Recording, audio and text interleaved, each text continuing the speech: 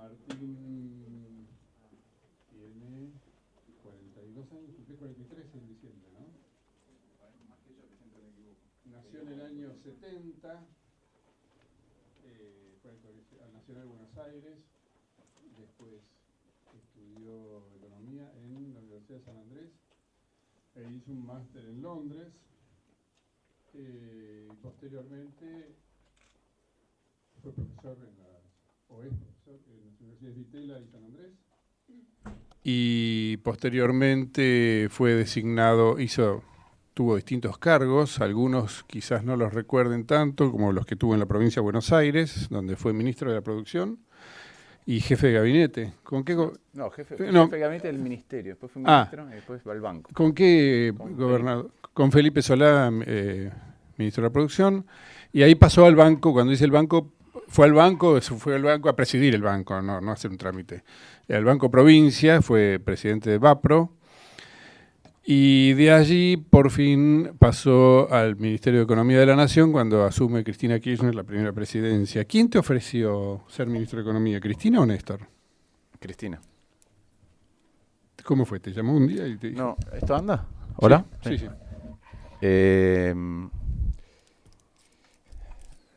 El gobierno indio, yo escribí mi primer libro sobre federalismo, y el gobierno indio me había invitado a exponer unas jornadas de federalismo, así que estaba en Nueva Delhi, en el hotel, serían la 1 de la mañana, a las 12 de la noche, y suena mi teléfono, y era Alberto Fernández, y me dijo, ¿dónde estás? Venite a la oficina, tengo que hablar con vos. Le dije, estoy un poco complicado para llegar. Me dijo, ¿dónde estás? Venite, no me jodas. Le dije, estoy en Nueva Delhi. Me dice, ¿qué estás haciendo en Nueva Delhi? Me dijo, mira, necesito hablar con vos, esta es la circunstancia, necesito que lo pienses y que vuelvas. Así que lo pensé en el trayecto, sobre todo en la escala que hice, y volví. Y después tuve una reunión con Alberto, un par de reuniones con mi equipo, y después con la presidenta. ¿Eso fue después de las elecciones en las que gana Cristina? Eso fue después de las elecciones en las que gana Cristina. ¿Cuántos días después? No, esto fue en fin de noviembre, sí, mediados de noviembre. Sí. ¿Y de quién se hablaba que iba a ir al Ministerio de Economía? ¿Vos tenías alguna sospecha de que ibas a ser vos? No. A mí me habían dicho que quería que participara. Yo tenía un equipo muy grande, tengo un equipo grande que ahora está en distintos lugares, pero en el banco había armado un equipo como de 50 personas y ya me habían dicho que querían que participara.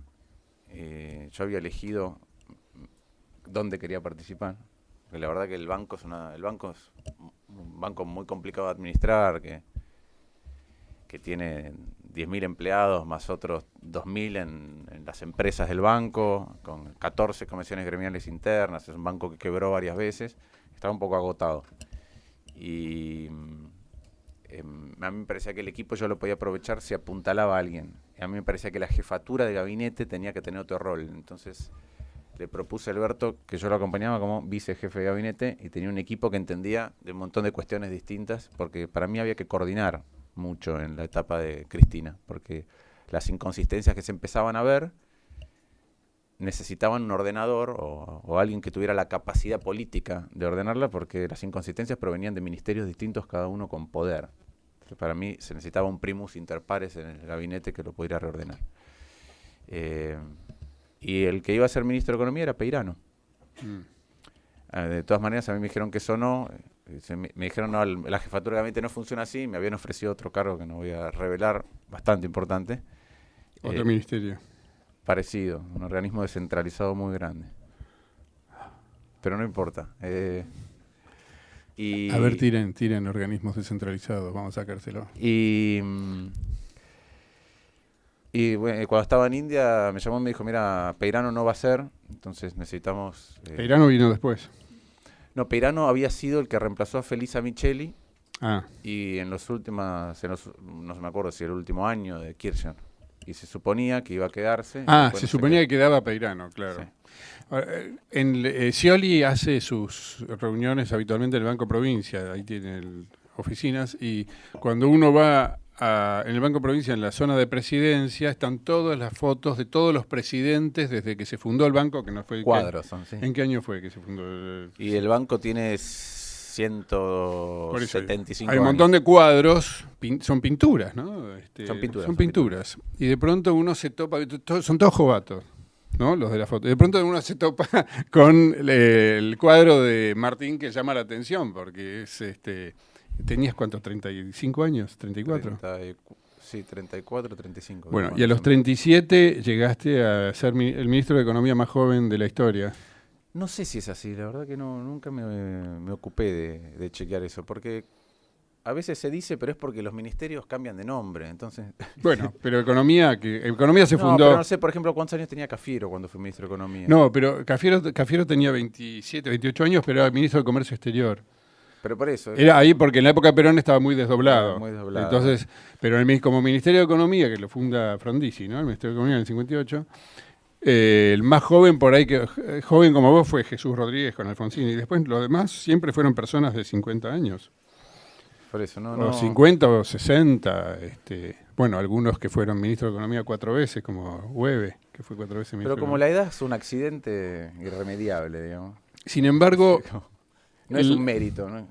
Sin embargo, parece ser que para Cristina no es así, que una de las cosas que a Cristina le cautivó de vos fue tu juventud y otras cosas más que dicen que le atraía tu imagen desde el punto de vista respiro aliviado de un economista joven, emprendedor, porque no, lo digo en serio, porque me acuerdo que en el 2007 lo que se decía era que refrescaba el gabinete y refrescaba el gobierno, y vos fuiste un poco el símbolo de esa renovación del kirchnerismo, ¿no? Que después fracasa. Pero yo no creo que fuera por la edad, porque lo que había pasado en ese momento, digo, cuando el periodismo empieza a entender mi designación como la renovación del gabinete, es porque el único que no venía del kirchnerismo era yo.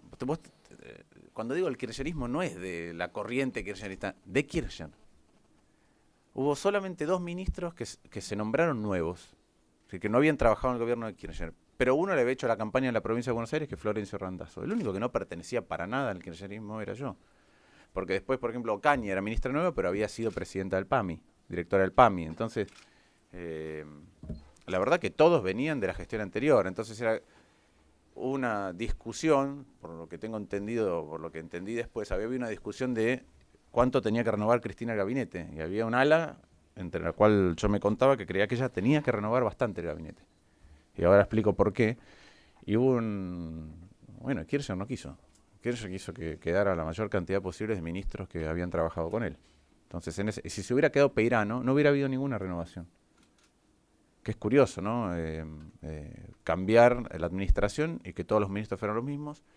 El argumento que se daba es que Bachelet, cuando hereda el gobierno de Ricardo Lagos, hizo un cambio de gabinete y la verdad que tuvo unos primeros meses muy tormentosos, que yo conociendo al que era ministro de Finanzas de Bachelet, en realidad se debió a que el diseño original que hicieron del Transantiago cuando lo implementaron, que es como un gran mecanismo de transporte en Santiago con una tarjeta única, es como cambiar todo el sistema colectivo de la capital federal, y al principio fue un gran quilombo. Entonces la gente tenía que pasar el colectivo por un lugar y no pasaba por otro, era un despelote. Entonces eso le generó muchos problemas a ella, pero al principio no hubo voluntad de cambio del gabinete. Entonces para mí la lectura de cuál era la renovación no era tanto por la edad, sino porque había un solo ministerio en el cual había habido renovación en serio. Bueno, vos no venías del kirchnerismo, pero sos uno de los políticos, además te hiciste político hace poco, ¿no? Antes eras economista. No sé cuál es la definición, pero supongo que sí, ahora que... Y ahora querés ser diputado, antes estabas todos en cargos de... que soy político. Estabas Banco Provincia, ministro de la Producción, ministro de Economía, y de ahí es como si después de eso saltaste a la política. No sé si no lo ves así. La verdad es que todos esos cargos son cargos políticos. Ser ministro es un cargo político, no es un cargo técnico. Sí, desde ya, pero una cosa es ocupar un cargo político y otra cosa es ser político. Sí, la política electoral, diría. Porque no sé qué quiere decir ser político. Yo puedo tener muchas acepciones distintas de lo que es ser político, entonces te voy a decir en cuáles no califico. No vivo de la política. Nunca viví de la política, vivo del sector privado. Antes, cuando fui al sector público, al primer cargo, cerré la consultora y la volví a reabrir cuando me fui. Cuando viajás en la tarjeta de migraciones, profesión, ¿qué pones? Economista. Siempre. Sí, salvo en Argentina que digo que soy ex economista, porque siempre creo que a los economistas... ¿Y para pedir la visa a Estados Unidos también pones economista? Sí, sí. Bueno, el Pero asunto porque, es que... porque creo que en Argentina, en el 2001, escracharon a los políticos y como se entretuvieron demasiado, no nos hicieron nada los economistas, que teníamos por lo menos una buena parte de la responsabilidad. Bueno, el asunto es que el salto, está bien, hablemos de otro salto entonces, no saltaste a la política, pero sí saltaste a la oposición. Eras gobierno y pasaste a la oposición, y sos nada menos que el autor de la resolución 125 que armó todo el quilombo de la guerra del campo. ¿Cómo te sentís con ese salto hoy? Pienso lo mismo antes de entrar al gobierno, en el medio del gobierno, con las discusiones que daba y hoy. Yo no siento que cambie, siempre fui lo que soy, que es socialdemócrata. Siempre. Y ahí está Roy, que se lo dije la primera vez que nos juntamos. Siempre fue lo mismo. Porque el gobierno de Cristina Fernández de Kirchner, nos olvidamos ahora por todo lo que pasó, porque ahora pasaron 6, 7 años. Pero cuando arrancó Cristina, había ganado con el 46% y ella quería ser el capítulo institucional de lo que había empezado a cambiar en la Argentina. Ella decía, quiero ser Alemania, y mi agenda es la institucional, y soy transversal, y mi vicepresidente es radical. Y en el medio se fue para otro lugar. ¿Qué pensás que le pasó? La verdad que me es muy difícil interpretar qué le pasó. Es muy difícil, porque tampoco la conocía tanto, y después la fui conociendo más, y yo creo que hay una pulsión de ella que va hacia ese lugar, pero ella creo que al principio decía para dónde quería ir y arrancaba caminando para otro lugar. Entonces, esas eran mis discusiones. Yo renuncio por eso, porque mirá, cuando renuncié, de hecho dije eso, ustedes dicen que quieren ir para allá, y yo estoy de acuerdo, y cuando arrancamos para allá, ustedes se fueron para el otro lado, entonces yo no puedo ser ministro de un proyecto donde finalmente no comparto el rumbo que estamos teniendo. Pero creo que después habrá que investigar las causas, pero ella tenía en mente la agenda institucional, esas grandes reformas institucionales, y la verdad que las grandes reformas institucionales fueron mutando en su cabeza, no sé bien por qué, pero fueron mutando en su cabeza el cariz que iban a tener. Yo creo que ella está contenta con que sus reformas institucionales son la ley de medios, la reforma de la justicia, la modificación de la Carta Orgánica del Banco Central, la estatización de las AFJPs. Cuando ella mira qué hizo desde el punto de vista institucional, yo creo que ella piensa que intentó legar mejores instituciones, más democráticas. Entonces creo que en algún momento en su cabeza lo que era una agenda institucional se transformó en otra agenda institucional. Si es por enojo, si es por concepción original, si es porque el equilibrio que podían mantener con Néstor Kirchner en su momento mutó, no lo sé, pero eso es lo que siento. Después volvemos sobre la ley de medios y quiero ver tu opinión sobre si si forma parte o no de una agenda institucional la ley de medios. Pero estaba pensando, que no quiero que suene hostil esto que te voy a decir, pero estaba pensando que en una cosa te pareces a otros ministros de Economía importantes, que son dos, que son Cavallo y Labaña. Los dos dijeron que ellos no cambiaron, que lo que cambió, que Menem cambió en el caso de Cavallo y en el caso de Labaña que cambió Kirchner. O sea que estás usando el mismo argumento que usaron Cavallo y Labaña cuando salieron de sus gobiernos. Sí, pero yo lo tengo escrito. Lo tengo escrito antes del gobierno, lo tengo escrito en los trabajos que le dejé a la presidenta y lo seguí escribiendo después. Y puede ser que tenga esa similitud. Lo que pasa es que yo estuve 4 meses en el gobierno de Cristina Fernández, que yo no tuve ni 5 años ni 4 años. Tuve 4 Pero armaste meses. un quilombazo. Creo que hubiera sido menor al que venía. ¿Cómo fue? ¿Se te ocurrió a vos el tema del...? No, yo lo he contado un montón de veces esto ya.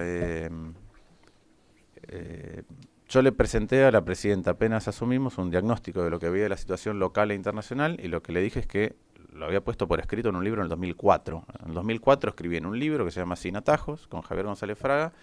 Mientras muchos economistas decían que Argentina se iba a mesetar en su crecimiento, nosotros decíamos, están dadas las condiciones para crecer de manera sostenida. Hay 2 frentes que hay que cuidar. Uno es la inflación y otro es la energía. Entonces le presenté a la presidenta un plan de qué era lo que había que hacer con la inflación. Y una parte importante era modificar la política de subsidios de Jaime, Moreno y de Vido. Y obviamente Kirchner no quiso modificar la política de subsidios ni de Jaime, de Moreno ni de Vido porque era la de él. Y la respuesta de Moreno a eso fue, o intentó ser, poner un nivel de retenciones equivalente al 63,4%. Entonces la respuesta nuestra fue, nos parece una exageración y fuimos por una alternativa que era más moderada, pero también creó conflicto.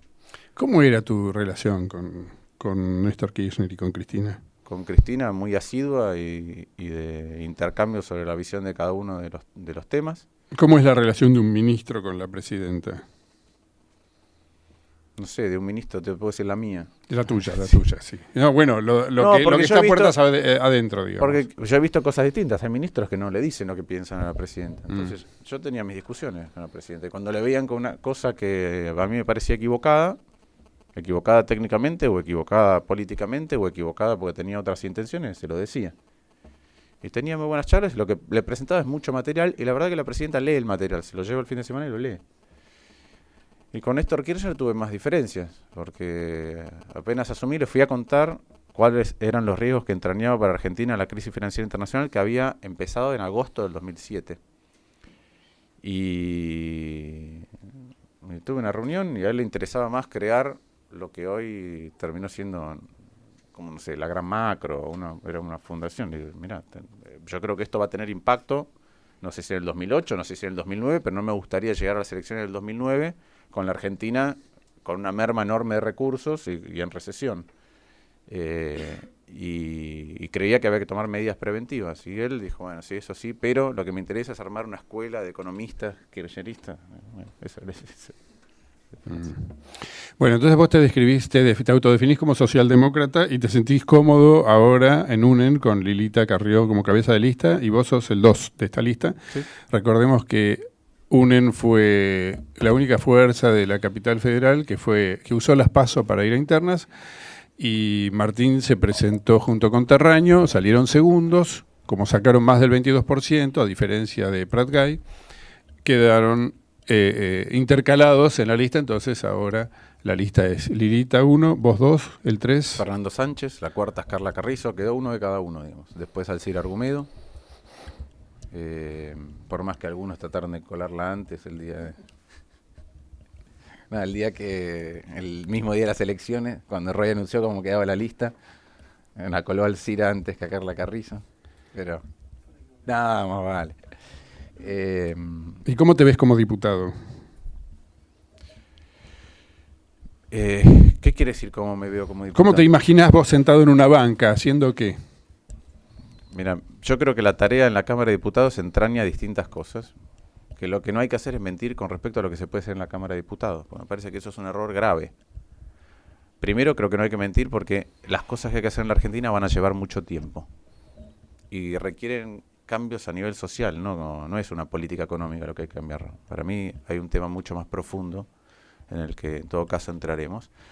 Creo que para empezar a construir eso, el Congreso es un elemento muy importante porque es donde uno empieza a tejer relaciones para crear consensos. En segundo lugar, creo que a partir de esos consensos se pueden parar algunas de las barbaridades que puede cometer el gobierno. Se pueden proponer otras y el gobierno las puede tomar o no, las puede vetar o puede lograr que no se aprueben, pero en algunos casos si la agenda está bien presentada se puede instar a esa discusión como pasó, creo que con un tono y con un contenido equivocado, pero con la suba del mínimo no imponible y de las categorías del monotributo. Y después me parece una tarea muy importante que hacer con respecto a transparentar y comunicar de otra manera las decisiones que se van tomando, porque cuando las cifras involucran 5.000 millones de dólares, no sabemos de qué estamos hablando. Y me parece que es importante para que la ciudadanía pueda exigir cosas distintas, que se entienda bien qué entraña cada una de las decisiones. Entonces creo que esa tarea, no sé cómo llamarla, es una tarea no docente, pero informativa, también es una tarea importante que se puede hacer desde el Congreso. Quiero hacerte 2 o 3 preguntas más y abrimos las preguntas de esto es solamente un calentamiento. Una personal que me olvidé antes de comentar, que me llamó la atención en tu currículum ver que sos profesor de tenis. Fui profesor de tenis, sí, me recibí de profesor de tenis y di clases de tenis. Sí. ¿Y cuánto te ganaste la vida con eso? No. Me ganaba la guita para salir los viernes, los sábados, sí. ¿Y ahora jugás?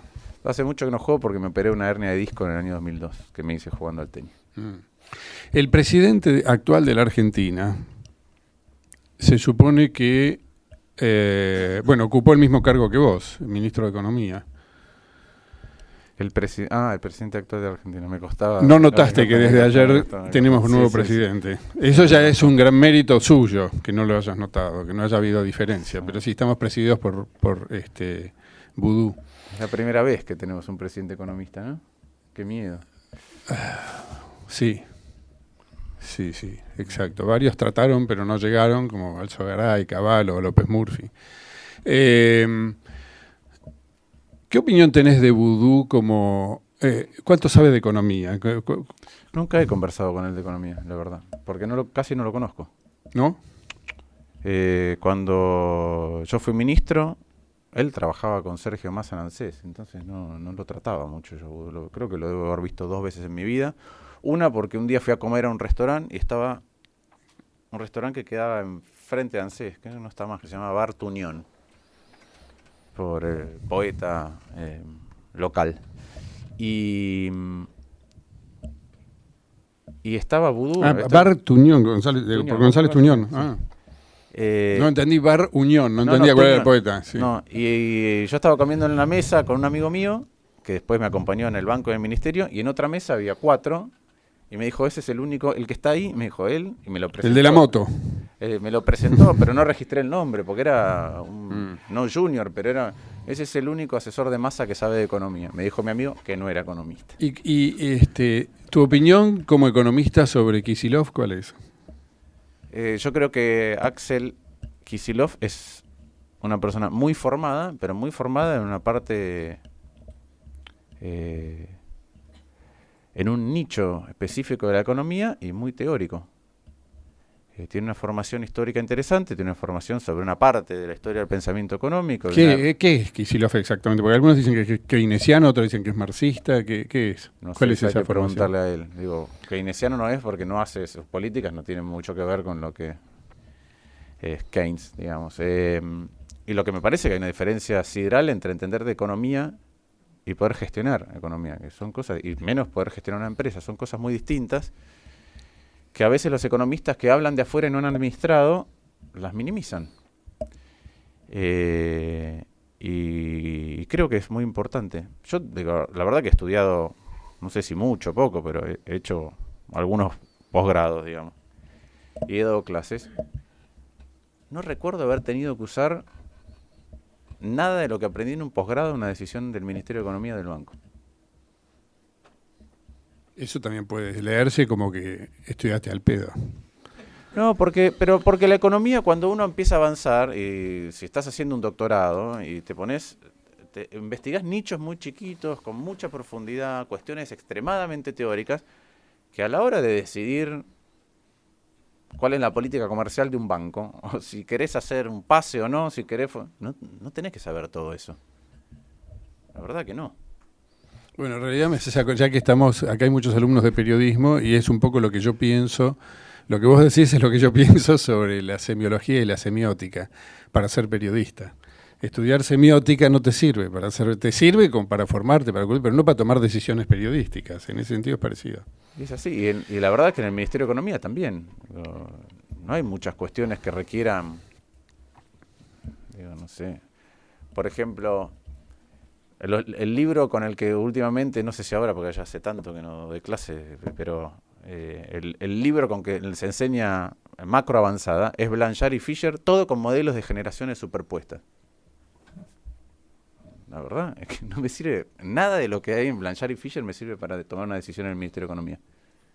Y mi última pregunta es sobre formación económica, pero ahora sí de la persona que maneja la economía argentina.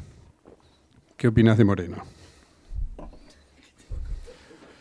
Yo ya lo dije muchas veces esto, que a mí Moreno es a la economía lo que un curandero a la medicina. No sabe de economía. Y a las pruebas me remito. Cuéntenme una decisión de Moreno que haya funcionado bien. Una. Podríamos decir, me voy a poner abogado del diablo, podríamos decir que el método patoteril de Moreno para controlar la inflación en determinados periodos le dio resultado. Apretando empresarios y demás. ¿En qué periodo le resultó? Al principio. ¿Pero cuándo al principio? Bueno, es decir, yo no puedo probar esto porque lo que estoy diciendo de alguna forma es que si no hubiera sido por la pistola de Moreno sobre un escritorio, la inflación sería mucho más alta. Sí, pero eso vos sabés que es un razonamiento circular, ¿no? Eso es una falacia. Digo. Pero digo, cuando Moreno empezó a intervenir en la economía, la inflación era 12. Hoy es 25. No sé en qué momento le funcionó. Y que me diga, no, si no hubiera estado Moreno hubiera sido 50. Yo creo que si no hubiera estado Moreno hubiera sido 6. Porque alguien hubiera hecho política económica. ¿Preguntas? No sé cómo.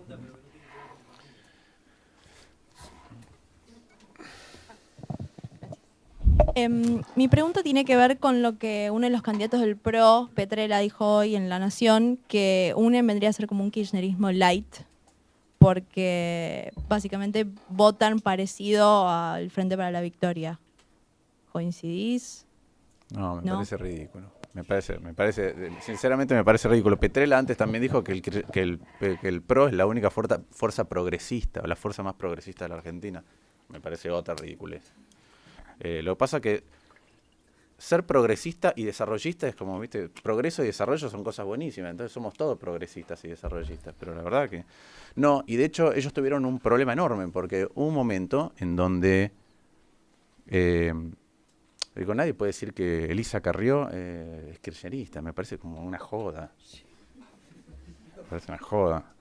Pero ellos tuvieron un problema enorme hace 2 años, donde parte del bloque del PRO, cuando la oposición tenía todavía un volumen importante en el Congreso, y habían decidido no dar quórum para una discusión, parte del bloque del PRO se rebeló y bajó a votar con el kirchnerismo, y Pinedo dijo en ese momento, yo no me puedo hacer cargo de mi bloque, de lo que acaba de ser mi bloque.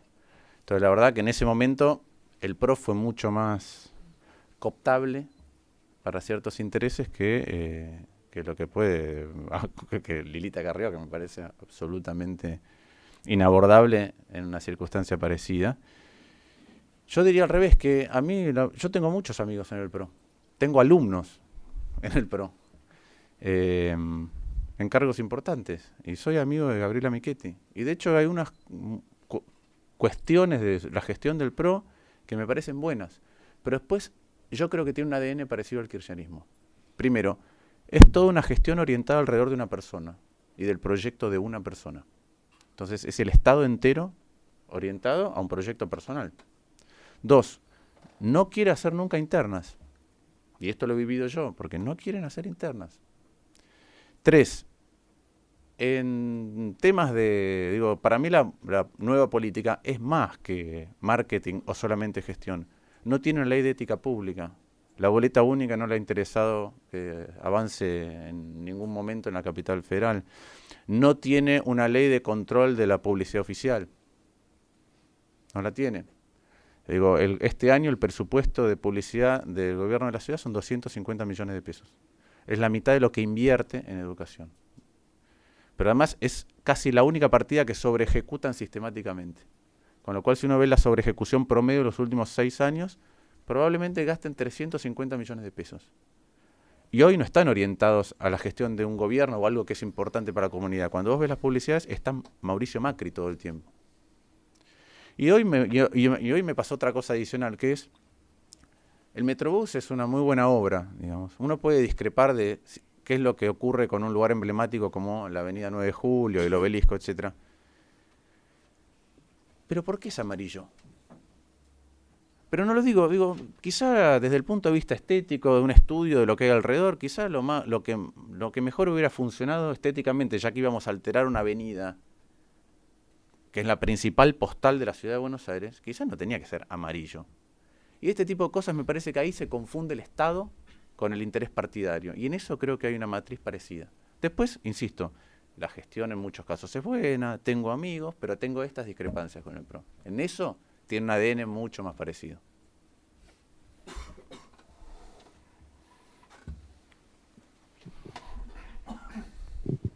Voy a intentar sacarte de tu rol de economista y llevarte a tu no rol de político. Yo lo que escucho de UNEN, sobre todo, no tengo que ver con la facultad, me llegó un mail y acá estoy. Lo que escucho de UNEN es sobre todo qué cosas hace mal el kirchnerismo, qué tema de la corrupción. Ahí estamos todos de acuerdo. La cuestión es cómo vamos a salir 2015 en adelante, qué se puede hacer desde ahora, para salir de esta cuestión tan cerrada de los subsidios, digamos, que el discurso este de que nosotros tenemos la asignación universal y qué sé yo, deje de ser una realidad que nos enorgullece, debería ser parte de un parche, pero no debería ser una política permanente. Entonces, ¿qué se puede hacer en ese nivel, a nivel social, para salir de la permanente dependencia que tienen las clases más sumergidas de estar siendo atendidas desde el Estado sin una solución a largo plazo? Esa es la... Mira, si tienen ese... Sí. Bueno, hay un alumno mío que se especializa en MIT, en una universidad americana, en estos temas, que es cómo se calibran o cómo se diseñan los subsidios o los seguros de desempleo para que no generen desincentivo al trabajo. Tiene algunos puntos interesantes, la conclusión es relativamente sencilla. O no tienen que extenderse en el tiempo o no tienen que ser de mucha guita. Eso es lo que digo a veces con la investigación de doctorado, que una vez me acuerdo que alguien presentó un trabajo en un congreso y un economista amigo dijo, esto es genial, pero ¿qué aprendimos que no supiera mi abuelita antes del paper? Estas cosas pasan. Pero esto de la mañana dando una charla con Lilita en otra universidad. Y Lilita dijo algo muy interesante sobre cómo ella pensaba el ingreso universal o el ingreso a la niñez. Y yo creo que es un punto muy interesante que no tiene que ver con el subsidio en sí. Y pasa por el siguiente lugar. Calculo que vos trabajás. ¿Y trabajas en blanco? Soy facturas. Pero cuando declarás tus impuestos, tenés una deducción por hijo. Sí, está dentro de... No, ninguna deducción. ¿Cómo que no? Cuando declaras tus impuestos, vos tenés una deducción por hijo. Sí. Quiere decir que el Estado te está diciendo, por tener un hijo, te estoy dando plata. Al que está en negro, no tiene eso. No tiene eso. Entonces, cuando uno mira, lo tiene que mirar con cómo funciona en su totalidad. Entonces, ¿cuál era la idea de Lilita? La idea de Lilita era que todos tuvieran un ingreso a la niñez. Universal, porque probablemente cuando yo te permito a vos descontar parte de tu salario por tener hijos, te estoy dando más plata que la asignación universal por hijo. Entonces, ¿qué decía Lilita? ¿Por qué no hacemos una asignación realmente universal para todos? Y entonces dejamos de tener la asignación universal por hijo, o los subsidios, o la pobreza, como un elemento de campaña y clientelismo. Démosela a todos, que no sea condicionada. Y después vienen estas cosas estudiadas, si querés, en un laboratorio, que es, no, mira, ¿por qué le voy a dar un subsidio a un rico? Dice, no, pará, si igual se lo estoy dando. Entonces yo creo que es muy bueno desde el punto de vista cultural, si se pudiera enfocar desde esa perspectiva. Porque entonces si te lo doy, trabajes o no trabajes, seas rico o seas pobre, lo que tenés es una garantía de que hay una parte de tu existencia, de la existencia de los niños, que está cubierta. Además, viste, está cubierta y te controla la salud, está cubierta si vas al colegio, y tenés tus necesidades básicas, lo mínimo satisfecho, y si sos clase media, baja, inclusive si Argentina tuviera una política normal, hasta lo podrías ahorrar para el futuro, como una cuenta ahorro para la educación de tus hijos mañana. Y va para allá. Pero si ocurre esto de que la recibe todo el mundo, independientemente de que trabaje o sea rico o sea pobre, entonces vos no estás mirando hoy, mira, ¿para qué me voy a levantar a las 5 de la mañana, subirme a un tren, poner en riesgo mi vida, volviendo tarde a la noche, caminando a mi casa cuando hay inseguridad, cuando si me quedo sin trabajar, ¿para qué voy a pelear por ser para pasar a la clase media, si no soy clase media y soy pobre me dan un subsidio? ¿O para qué voy a salir a trabajar? Sí. Entonces yo creo que, contrariamente a lo que yo podía pensar desde el punto de vista económico, yo creo que sería importante desde el punto de vista de la cultura política que la asignación tuviera otro cariz, que fuera universal.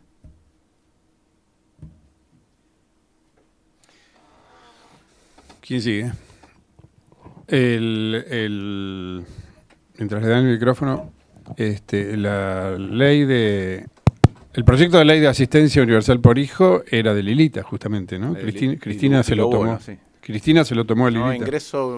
Se llamaba ingreso universal o ingreso ciudadano a la niñez, ¿cómo era? ¿Pero era esta idea o Esta idea que acabo de contar. esta misma era? Sí. ¿Qué tal? Buenas noches. Mi nombre es Enrique, soy estudiante de periodismo. Preguntarte qué valor tienen las disidencias del pasado que pueden seguir vigentes hoy. Recién hablaban con Pablo del conflicto con el sector agropecuario. Y preguntarte qué valor tienen esas disidencias, por ejemplo, con Aguad, que ayer apoyabas la reelección de él, o con el mismo Julio Cobos, ¿sí? Que te reuniste en julio, si no me equivoco. Quiero preguntarte qué valor tienen esas discrepancias y además si todo esto es por la campaña electoral. Te respondo primero lo último, no.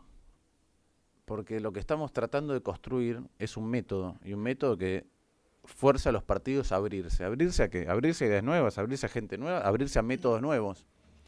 Entonces lo que estamos tratando de hacer, y por eso yo utilizo parte de mi tiempo para viajar al interior, es porque a mí me gustaría que hubiera, no importa cómo se llame, lo que hizo UNEN, que tuviera una escala mucho más grande en el 2015. Y que la candidatura a presidente se dirima con un paso donde estén Cobos, Carrió, Wiener, Sanz, el que se te ocurra. Y que la gente elija. Y la verdad es que me gustaría que el peronismo hiciera lo mismo. Porque si no, el peronismo, en la parte de alza del ciclo, es verticalista, en la parte media se empieza a partir, cuando está abajo se fragmenta en partes competitivas y después se vuelve a reagrupar. Y me parece que no es bueno para el sistema, que es malo para el sistema como un todo. En segundo lugar, respondo a la primera pregunta, que es, las disidencias son importantes porque en las disidencias aprendemos. Entonces tenemos perspectivas distintas sobre algunas cuestiones. Ahora, sinceramente, con Cobos en todo el proyecto, en todo el proceso de la 125, estábamos del mismo lado, que era tratando de parar el quilombo. Desde el nacimiento de la 125 hasta lo que vino después. Ahora, déjame que te diga esto porque me parece muy llamativo. Uno puede estar a favor o en contra de las retenciones dependiendo de las circunstancias, ¿sí?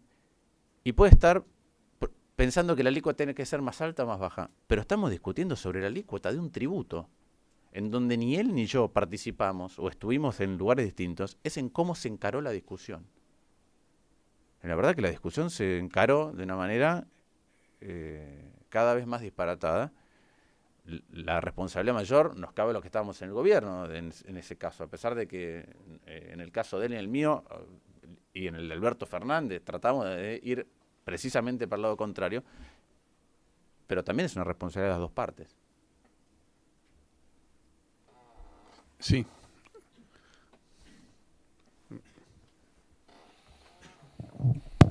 Sí, buenas tardes.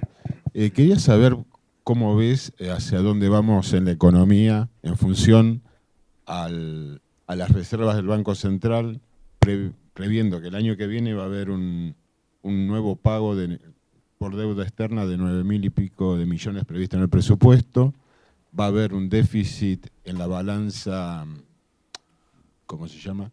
Energética. De subsidios, por eso un fenomenal pago de subsidios, un déficit en la parte de turismo, de los dólares, y en la parte también de otro tema más que ahora no me acuerdo. La energía. De la energía, que va a ser fenomenal también. O sea, ¿cómo llegamos al 2015 en economía, no? Mira, depende de la pericia que tenga el gobierno para lidiar con esas cuestiones. Primero, cuando te asustás mirando por dónde se está yendo la plata, te olvidás de contar por dónde está entrando. ¿Sí? Digo, bueno, este año el superávit comercial de la Argentina son 10.000 millones de dólares. Entonces, yo no digo que no vayan a seguir cayendo las reservas, que de hecho van a seguir cayendo, pero lo que creo que el gobierno va a hacer es ponerle más trabas. No van a seguir saliendo 10.000 millones de dólares por año, no van a salir 30 millones de dólares por día de turismo como están saliendo en la actualidad. ¿Por qué? Porque no te van a dejar. Te van a cobrar el dólar para turismo mucho más caro, o te van a decir que tenés un cupo anual, o te van a cobrar un impuesto extraordinario más grande. Entonces, el gobierno, es cierto que si la dinámica es preocupante, y el origen de esa dinámica tiene que ver con la inflación y con ninguna otra cosa. De casi todos los problemas que mencionaste, el origen es la inflación. a pesar de que Moreno tuvo tanto éxito. Pero el gobierno va a seguir poniéndole obstáculos, va a seguir poniéndole trabas a la economía. De última, con tal de no perder reservas, va a seguir parando las importaciones y eso va a tener un costo muy grande sobre el aparato productivo, porque de hecho hoy el aparato productivo es más dependiente de las importaciones que antes, no menos, más. Entonces yo creo que el gobierno lo que hace cada vez que tiene un problema, como si fuera un tablero eléctrico, es cortar las fases. Dice, se me va a quemar una fase acá, no, por acá no pasa electricidad. Y lo que va haciendo es apagando el tablero de la economía, y por eso la economía crece poco. Por eso ya no genera empleo en blanco, por eso la pobreza sube.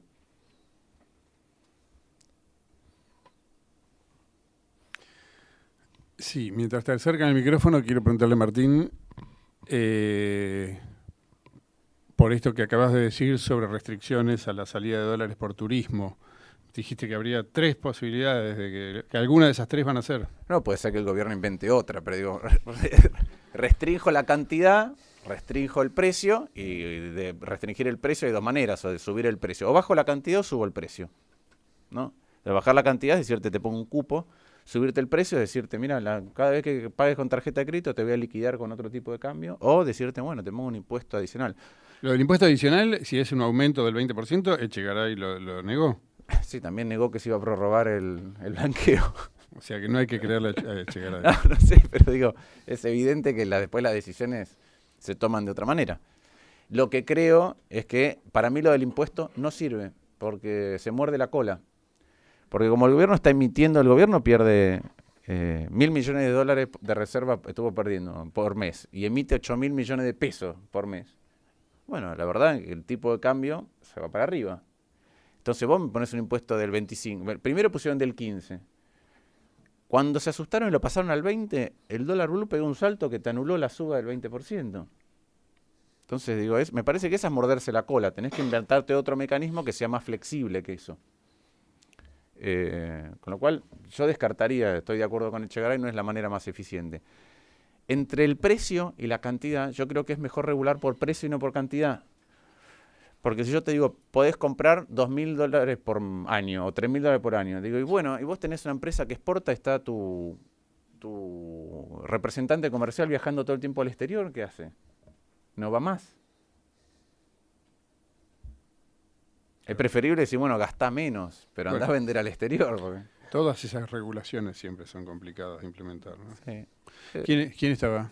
Te digo, ojo, yo no sé, todas las regulaciones, yo creo que una parte importante de los problemas globales tienen que ver con la falta de regulaciones. Hemos perdido, digo, aquellos que se acuerdan, el estado de no solo en Argentina, en otros países o en el mundo, había muchas más regulaciones en los 60 o en los 50. Fueron décadas de crecimiento extraordinario. Ahora que estuve en Estados Unidos 6 meses, cuando discutís estas cosas, hay una parte que dice, no queremos regulación, pero las regulaciones a veces hacen que las cosas funcionen mejor. ¿Sí? Ejemplos de regulaciones que hacen que las cosas funcionen mejor. Un carné de conductor, respetar el semáforo e ir por el carril correcto. Eso hace que el tráfico fluya mejor y sea más seguro. Y en economía hay regulaciones que hacen que la economía fluya mejor y sea más segura. No siempre las regulaciones son malas. Las malas regulaciones son malas. Tipo cambiario. Sí, bueno, todas las que ha inventado Moreno son malas regulaciones. Hola, buenas tardes. Mi nombre es Paulo Calpigian. Le quería hacer una pregunta sobre el tema de usted. Dijo que renunció como ministro de Economía, pero yo tengo entendido que lo obligaron a renunciar y usted aceptó. Quería saber un poco más sobre cómo era. ¿Qué quiere decir que vos tenés entendido? No, que Cristina lo obligó a usted a renunciar. ¿Pero qué quiere decir que tenés entendido? ¿Cuál es tu fuente? No, o sea, yo lo había leído así en el 2008. Usted renunció, ¿no? Sí. Hace bastante había leído que lo obligaron. Bueno, mira, te lo puedo contar cómo fue la renuncia, pero lo más importante de todo es la evidencia. ¿A quién viste que el gobierno echara? Le pidiera la renuncia. Este gobierno no echa a nadie. A nadie. ¿Lo echó a Moreno cuando no funciona? No. ¿A Lorenzino cuando dijo me quiero ir? Tampoco. Este gobierno no echa gente. Y la gente permanece en este gobierno contra viento y marea. ¿Sí? Entonces yo renuncié. Tanto que fui con la renuncia escrita indeclinable. Y me estuvieron 2 horas tratando de convencer para que me quede y dije, no, esta es la renuncia que traje firmada, me voy. Y te doy una evidencia adicional. Fíjate lo que pasa cuando yo renuncio. Si recordás, no tenían reemplazante. Se fueron a Olivos a pensar el reemplazante. Si a mí me hubieran echado, me hubiera anunciado. En conferencia de prensa, la presidenta le pidió la renuncia al ministro de Economía y lo va a reemplazar. Se fueron a Olivos a pensar a quién tenían que poner. Por eso cuando uno dice tengo entendido es como muy laxo. Sí, un segundo, a ver quién estaba primero. Levanten la mano, por favor, los que quieren preguntar. Creo que estaban por acá, ¿no? Dale. Acá y después allá, Antonio. Buenas noches. Volviendo al tema del cepo, ¿crees que hay una posibilidad de dar marcha atrás una medida así? ¿Cómo reaccionaría la economía frente en un futuro donde el cepo deje de existir? Hoy no puede el gobierno salir del cepo. La única manera de salir del cepo sin tener un problema más grande es que haya confianza. Entonces, si hoy no la hay, hoy vos salís del cepo y te digo, bueno, siempre cuando me preguntan eso, doy el mismo ejemplo. ¿A vos te gusta la economía? Sí. Bueno, yo abro el cepo, el dólar vale 5,80. ¿Comprás o vendés? ¿6,50? ¿7? ¿7,50? ¿8? ¿8,50? ¿9? Se acaban las reservas en menos de un día.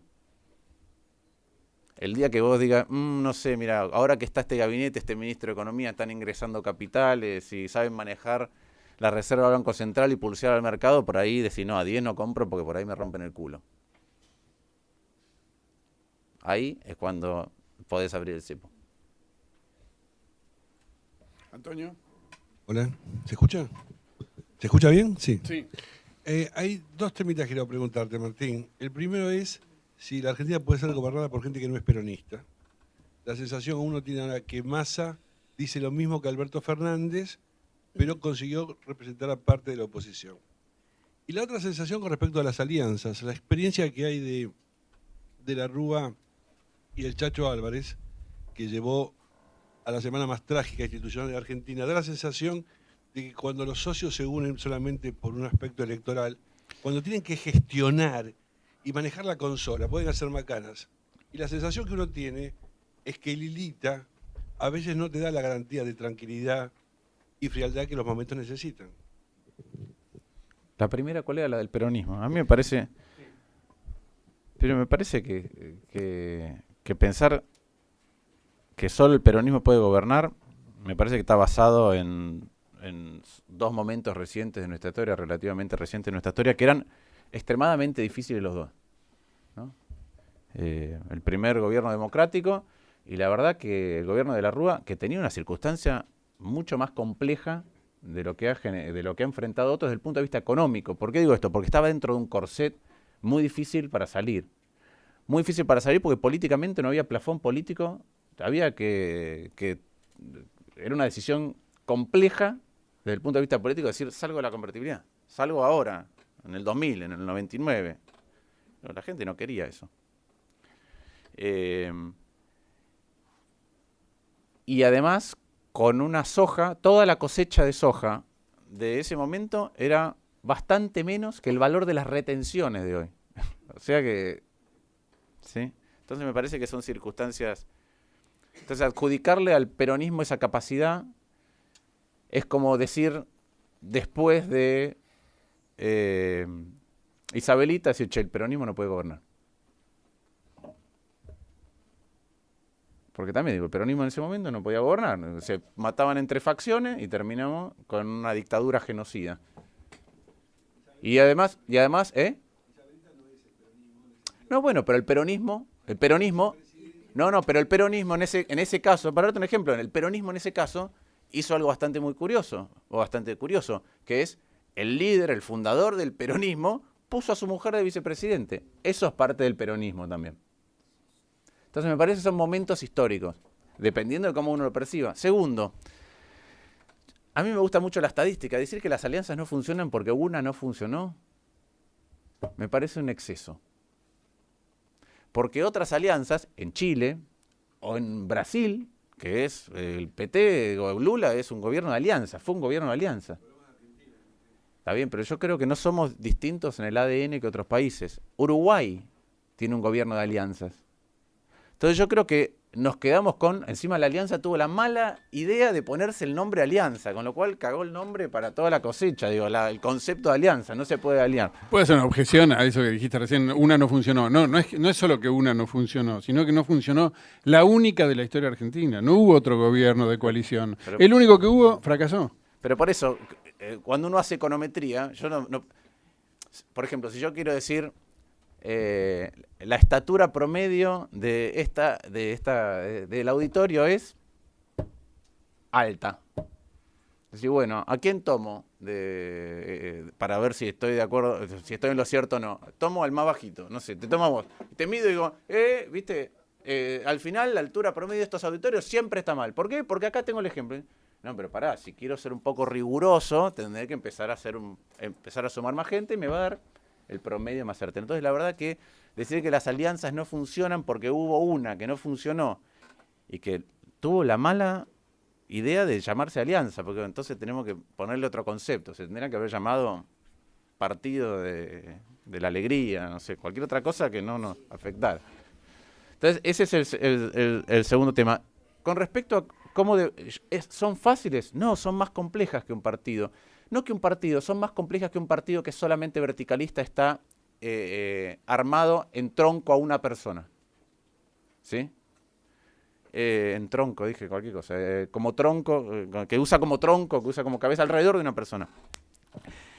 ¿Qué creo con respecto a lo que dijiste de Lilita?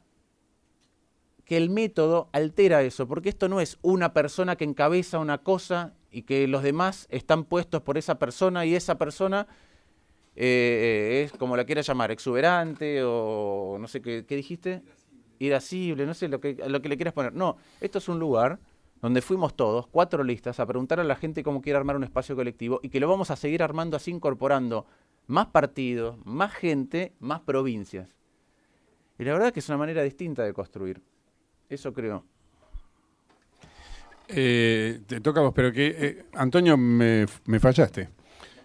Fuimos a tomar un café recién y me hizo una pregunta que yo no tengo la más remota idea de cuál es la respuesta. Digo, pero hagámosela a Martín, pero es una pregunta del día. Es la pregunta del día. Y es, los diarios, la prensa crítica y en general muchos sectores opositores están diciendo que la enfermedad de la presidenta produjo una situación de incertidumbre e inestabilidad institucional. Y sin embargo, ayer y hoy subió la bolsa. ¿Por qué sube la bolsa?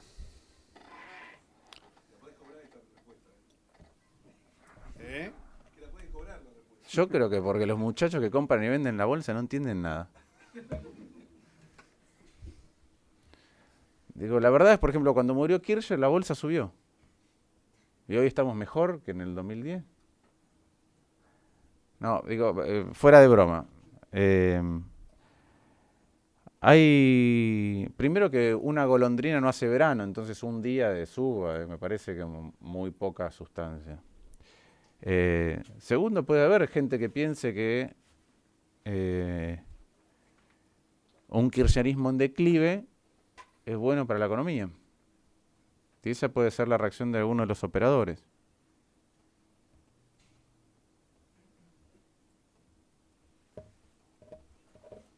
Sí, mi pregunta apunta a lo que es el marketing de... Vos ya preguntaste, ¿no? Ah, vos ya preguntaste. Va de nuevo. No puedo preguntar de nuevo. No, porque hay gente que no preguntó, perdón, es un error mío. No, pero para ahora pregunta. No me censuren. No, ahora preguntar porque si no si no voy a perder un voto. Después no haces ninguna más. Ay, ahora no sé. Bueno. Que me llamó mucho la atención la campaña de Narváez con sus frases bastante fuertes. Y por otro lado, por ejemplo, también en la calle se ve mucho cartel del PRO y la cara de Insaurralde por todos lados. La campaña de UNEN, ¿la considerás está siendo exitosa o la cambiarías algo? No sé, porque las campañas, otra vez, cuando es un espacio colectivo, en lugar de que Macri contrata a su publicista, es una discusión colectiva. A mí me gusta que la campaña sea en torno a UNEN. y no a una persona. A mí me gusta que despersonalicemos la política. Si es bueno o es malo para la elección, no lo sé. Pero me gusta porque es una manera de construir distinta. Nosotros estamos diciendo en la campaña, el eslogan que más nos gustaba a algunos era, creo que el que está ahora es el poder está en tu voto. El que a mí me gustaba era el poder lo tenés vos, porque es lo que creo. Que el día que eso es lo que tenemos que construir. Un espacio donde la gente pueda entrar, pueda salir, pueda aportar, pero después que sienta que tiene que exigir a cambio. Y exigirse a sí misma, porque si no nos exigimos como sociedad modificar algunas cosas, no vamos a ir a ningún lugar, independientemente de que arreglemos la economía. La economía casi diría que es lo de menos. Porque la arreglamos, pero si no arreglamos otras cuestiones vamos a volver a tener crisis. Y Argentina es un país que ha sufrido en los últimos 36 años muchas crisis, más que cualquier otro país. Entonces la verdad es que eso es lo que tenemos que resolver. Y a mí me gusta que no sea una cara diciendo votá me di a conocer, somos un equipo. No, tenemos que cambiar todos. Y la verdad que lo que siento es que lo sabemos. Lo que pasa es que cuando nos angustiamos queremos la salida rápido, queremos la solución, pero sabemos que tenemos que cambiar todos como sociedad. Lo sabemos, cuando te vas a dormir lo sabes. Cuando tirás la basura en la calle, lo sabes. Cuando le doblás encima al peatón, lo sabes. Cuando sacás la basura a la hora que no corresponde, lo sabes. Cuando no cumplís con las reglas, lo sabes. Y me gusta que sea colectiva. Esa es mi opinión, pero yo no soy publicista. Entonces, por ahí alguien viene publicista y me dice, mira... Hola, una pregunta un poco personal, capaz. Capaz podrías dedicarte como a tu vida profesional o vivir afuera, o ¿cuál es la decisión de dedicarte a la vida pública? ¿De dónde? O sea, no es como una decisión un poco ¿Cómo qué? Una decisión difícil, no sé cómo. Sí. O no la más fácil, capaz. A ver, mira. Primero, la verdad es que yo estuve en el Banco Central del año 2002 al año 2004, cuando había que rehacer muchas cosas del sistema financiero. Eran momentos interesantes, complejos. Y la verdad que creo que muchas de las cosas que hicimos ahí fueron muy buenas, sentaron una base para que otros problemas o algunos problemas que tuvo Argentina recurrentemente no ocurrieran otra vez. Se fueron modificando algunos, pero otros todavía perduran. Y estoy muy orgulloso de lo que hicimos en el Ministerio de Producción y el Banco Provincia. ¿Qué quiero decir con esto? En el Ministerio estuvimos 4 meses. Que cuando vos das las batallas correctas, o cuando tenés éxito más, pero inclusive cuando das las batallas correctas en el sector público, es muy gratificante. Tiene mucho costo. Costo en salud, en tiempo, pero es muy gratificante. ¿Qué quiero decir con esto? Es como un docente. El docente, es decir, ¿por qué sos docente si con el conocimiento que tenés te podés dedicar a otra cosa y ganar más dinero? Sí, pero la verdad que es gratificante. Enseñar es gratificante. Es lindo. Vos cuando explicás algo, cuando enseñás a mí me tocó enseñarle a una persona a leer. Cuando le ves el brillo en los ojos, es muy gratificante. No tiene que ver con el dinero. Entonces eso es una parte vocacional que yo la descubrí tarde, la descubrí en la crisis. ¿Cómo fue eso? ¿Podés contarlo? ¿En la crisis? Lo de eso. No, lo de que enseñaste a una persona a leer. Una señora que trabajaba en casa que no sabía ni leer, cuando yo era más chico no sabía ni leer ni escribir. Y la verdad que con mi madre le enseñamos a leer y a escribir y la verdad que es muy gratificante. Me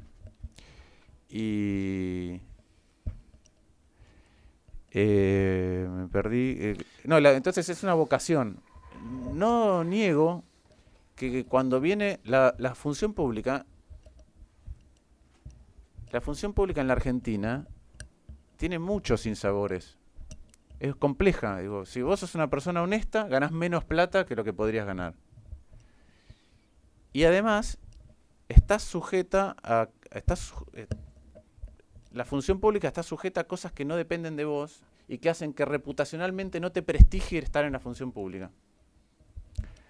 Yo les pregunto a ustedes, nómbreme 3 funcionarios del 83 a la fecha que hayan salido prestigiados de la función pública.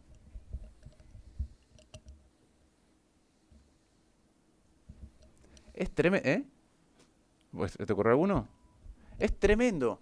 ¿Por qué es tremendo? Porque no podés atraer gente buena a la función pública. Entonces, cuando caes en estas cosas, que a veces son cosas mucho más grandes que vos. Vos eras ministro de la Rúa, ministro de cualquier cosa, de cultura de la Rúa. Y la gente te asocia con esa época y no tenés nada que ver. Se me ocurrió uno. A ver, dale. Sí, ahí son buenos. Ahí, ¿Y quién? Leandro Despuy, pero sigue siendo. Sí, el Leandro Despuy no ha tenido, digo, es un cargo especial, ¿no? Digo, no ha tenido responsabilidad ejecutiva en un gobierno. Ginés sí, pero son casos muy puntuales, muy chicos, digamos. A mí se me ocurrió uno que es bastante conocido, pero Labaña. va a sonar... Labaña. Labaña es uno, y el otro es Massa en el ANSES.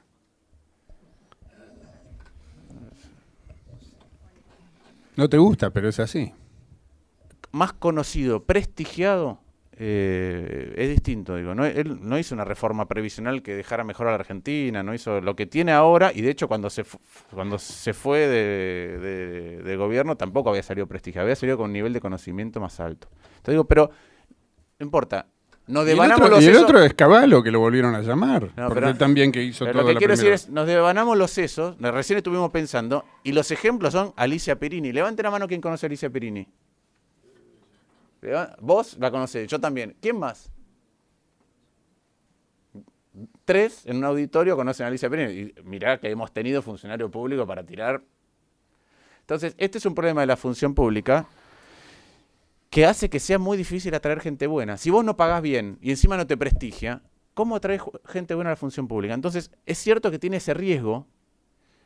Ese es un riesgo extremadamente alto que no tienen otros países. Bush camina por la calle en Estados Unidos. Digo, que nadie lo va a putear por la calle. Y Paulson tampoco. Ministro de Economía o secretario del Tesoro en la época de la crisis. El que es responsable de Lehman Brothers. Puede ser que lo puteen alguno en Wall Street, pero no lo... Entonces digo, tiene problemas la función pública en la Argentina y no te voy a negar que lo pienso. ¿Qué quiere decir? Que pienso las alternativas que decís vos. Yo creo que estamos tratando de construir un espacio que tiene una posibilidad de atravesar una puerta, que detrás de la puerta, si hacemos bien las cosas, hay un mapa de dónde se puede mejorar un poquito la Argentina. Así de modesto voy a ser. Si en algún momento pienso que eso no se puede hacer, me voy a dedicar a otra cosa, sí. A ver si le pasás acá el micrófono. Está bueno eso, ese ejercicio. Al final tenías razón. Buenas tardes, mi nombre es Liliana, soy de periodismo. Mi pregunta es la siguiente. ¿Vos pensás que en algún momento Cristina va a reconocer las falencias de su gobierno después de octubre, de estas elecciones, o no las va a reconocer nunca? Ejemplo, inflación, inseguridad, lo que todos ya sabemos. Y la segunda pregunta es la siguiente. ¿Tiene el Frente para la Victoria o el kirchnerismo una persona, una cara visible de cara a las presidenciales del 2015? ¿Tiene o se termina el kirchnerismo en Cristina, digamos? Según tu opinión. A la primera pregunta, ¿reconocer públicamente, decís? Claro, en algún momento reconocerlo. ¿En su verdadera magnitud? Claro. No, la respuesta es no. La verdad es que con respecto a la segunda, digo, de acuerdo a cómo termine, digo, en la consideración social del kirchnerismo, podrá inventar un candidato. Pero lo que yo creo es que una de las falencias, podemos discutir mucho más sobre esto, yo creo que uno de los problemas que tiene Argentina que hace que seamos tan volátiles, etcétera, es que a raíz de las crisis o por las crisis se han roto muchas cuestiones en Argentina. Algunas son cuestiones culturales, otras tienen que ver con las instituciones, una de esas instituciones son los partidos políticos. Entonces, que a mí me digas que un gobierno que estuvo administrando el país ahora va a ser 10, Sí, 10, 11 años. Cuando llegan las elecciones, no, es decir, tiene que poner un candidato en la provincia de Buenos Aires, que lo primero que tiene que hacer es presentarse, es un problema. Que cuando tiene una elección crucial en el año 2009, tiene que hacer testimoniales porque no tiene candidatos. Que en la ciudad de Buenos Aires tiene que repetir siempre el mismo candidato. Es decir, fíjate, en esta elección el kirchnerismo no tiene ni un candidato nuevo conocido en la provincia de Buenos Aires, ni un candidato nuevo en la ciudad de Buenos Aires. En 2 de los principales distritos del país. Entonces, eso es una falencia del kirchnerismo como organización que recrea las condiciones para sucederse a sí misma. Y yo creo que eso es porque los partidos políticos ya no funcionan más como partidos políticos, entonces están armados alrededor de una persona. Y por eso descreo, más allá de los amigos que tengo adentro, creo que esa es una falencia. ¿Quién me preguntó por el PRO? Vos. Creo que es una falencia construir alrededor de personas. Creo que es una falencia era buscar candidatos solamente porque son conocidos en otras jurisdicciones. Creo que es una construcción desde el punto de vista político equivocada. Después la gestión la podemos discutir. Desde el punto de vista político me parece que no es la acertada. ¿Quién está? Te vuelvo a traer a las elecciones. En estas últimas horas, ¿cómo fueron las últimas horas para UNEN con la enfermedad de la presidenta? No es un dato menor y a pocas semanas de las elecciones, y si para vos desde tu punto de vista influye políticamente en el resultado de las elecciones ahora en octubre. Las últimas horas fueron con preocupación. Fue intervenida quirúrgicamente nada menos que la presidenta de la Nación. Entonces para nosotros es un motivo de preocupación. No, estratégicamente no. Nosotros hacemos una campaña que no está centrada en eso. Es una campaña de cuáles son las cosas que queremos hacer, cuáles son los valores, cómo lo queremos hacer, cuáles son las propuestas. Digo, no, va por otro lugar. Insisto, y es una construcción colectiva y paulatina. Lo peor que puede pasar es que nos apuremos a llegar a un lugar. Encontramos un método. Esto nació hace 4 meses. Entonces, cuando ya nos empezamos a poner metas de cualquier otra cosa, digo, ya estamos cerrando. Esto es construir. Con respecto a si va a tener impacto o no, la verdad es que no puedo ser riguroso en el análisis porque no hay números. Yo te puedo decir intuitivamente qué es lo que creo. Yo creo que en algunos lugares donde hay una mayor identificación emocional con la presidenta, puede tener impacto de algunos puntos. Algunos puntos es 1 o 2 puntos que no hacen diferencia cualitativa. Por ejemplo, creo que en la provincia de Buenos Aires puede ser, pero es un poco, no vamos a saber, digo, porque es como, es contrafáctico. Si saca 10, yo puedo decir, no, estaban 12, bajó a 10, y alguien me puede decir, ¿de dónde sacaste que estaban 12? Esta es mi impresión, que puede haber un impacto en la provincia de Buenos Aires, particularmente en el conurbano y en el NOA. 2 últimas preguntas. ¿No hay 2 últimas preguntas? Si no hay 0 kilómetros, podemos repetir. Ahí sí. Martín, bueno, yo doy la materia de televisión, así que me voy a centrar en una imagen televisiva que me parece que es la imagen política más fuerte que vos protagonizaste, que fue el día que te peleaste con Moreno y te hizo la seña del cuello. Si tengo que subtitular esa imagen, ¿qué tengo que poner? ¿Qué se dijo ahí? ¿De dónde venía esa discusión? Venía una discusión previa por una medida que había tomado él y que yo la estaba tratando de parar con la presidenta. Por eso yo soy el último en ingresar al acto ese, porque yo estaba todavía discutiendo por teléfono con Cristina, que venía de Olivos, para que no tomara esa medida. ¿Sabías que te estaban enfocando en televisión? No, yo entré recaliente. La traté de parar 2 veces la medida y al final la presidenta me dijo, no, la voy a tomar igual, entonces entré al acto caliente, enojado, y lo fui a putear. Ah, ¿vos lo fuiste a buscar? Sí, yo fui derecho a donde estaba él a decirle que no sé qué le dije en ese momento, le dije, vos estás loco, pero había tomado una medida que era muy perniciosa y que yo creo que además contribuía era mala para la Argentina y contribuía a agravar el conflicto. Entonces él respondió de esa manera.